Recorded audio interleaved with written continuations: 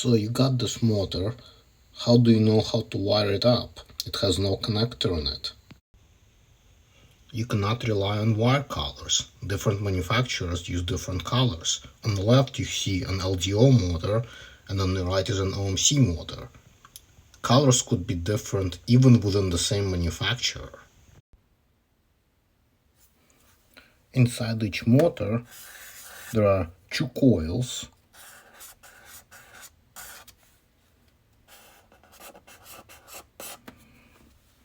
And these are the four wires that connect to them. 1, 2, 3, 4.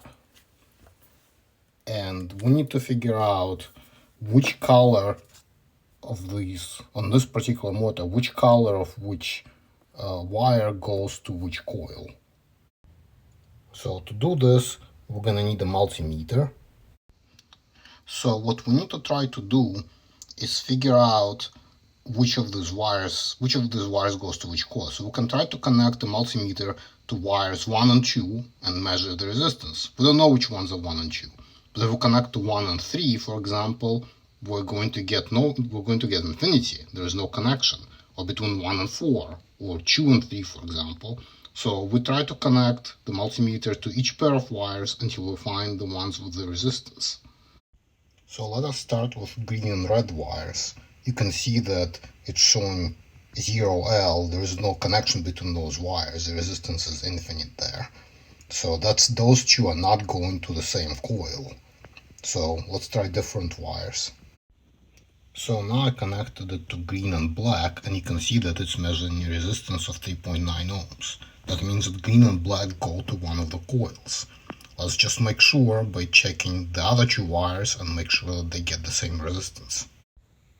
So I've connected to red and blue, and yes, they do get the same resistance. That means red and blue go to the other coil here. So here I wrote down which color goes to which pair. Now, how do you actually put them in the connector and in what order?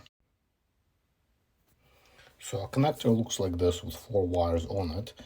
So it turns out that the only thing you have to do is make sure that one of the coils goes to these two and one of the coils goes to these two. It doesn't matter what order these two wires are in or what order these two wires are in, or which coil goes on which pair.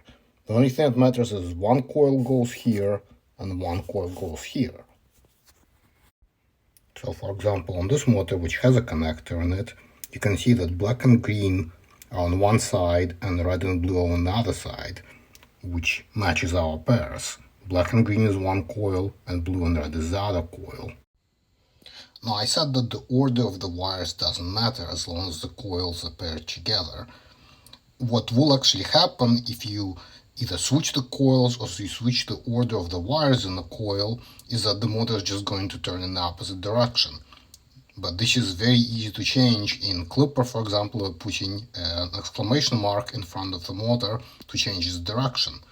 So you can wire them just with each pair on each side, and it doesn't matter what order, and if it turns out that it's going the wrong way, you just put an exclamation mark in front of it.